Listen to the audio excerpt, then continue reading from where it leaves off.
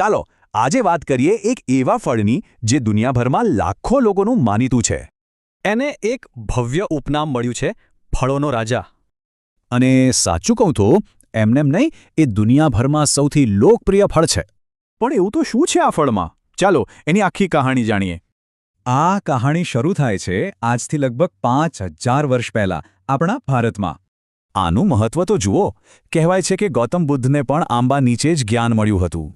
આપણી સંસ્કૃતિમાં તો કેરી મિત્રતાનું પ્રતીક છે. કેરીની ટોપલી આપવી એ દોસ્તીની નિશાની છે. એટલે જ તો કેરીને આપણા દેશનું રાષ્ટ્રીય ફળ બનાવવામાં આવ્યું છે. અને આંબાનું ઝાડ પણ કંઈક જેવું તેવું નથી, છેક 100 ફૂટ ઊંચું થઈ શકે છે. હવે એક મજેદાર વાત, કેરીના સગાવહાલા કોણ હશે, કોઈ અંદાજ? જાણીને નવાઈ લાગશે, પણ કાજુ અને પિસ્તા એ બંને કેરીના જ પરિવારના છે. અને વાત ખાલી ફળની નથી, એના પાન અને છાલ પણ સદીઓથી દવામાં વપરાય છે. આરોગ્ય માટે પણ કેરી બેસ્ટ છે. વિટામિન એ, સી અને ફાઇબરથી ભરપૂર.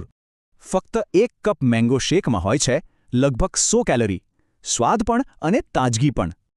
તો પરફેક્ટ પાકેલી કેરી કેવી રીતે ઓળખવી? બસ એને હળવેથી દબાવીને જુઓ, નરમ લાગશે. અને જો કેરી કાચી રહી ગઈ હોય તો કાગળમાં લપેટીને ગરમ જગ્યાએ મૂકી દો, જલ્દી પાકી જશે. કેરીના રંગ પણ કેટલા બધા, પીળા, નારંગી, લાલ અને લીલા, દરેકનો પોતાનો અંદાજ.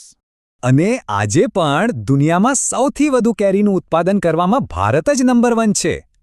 તો આ બધું જાણ્યા પછી શું લાગે છે? કેરી માત્ર એક ફળ છે કે પછી એક જીવંત વારસો?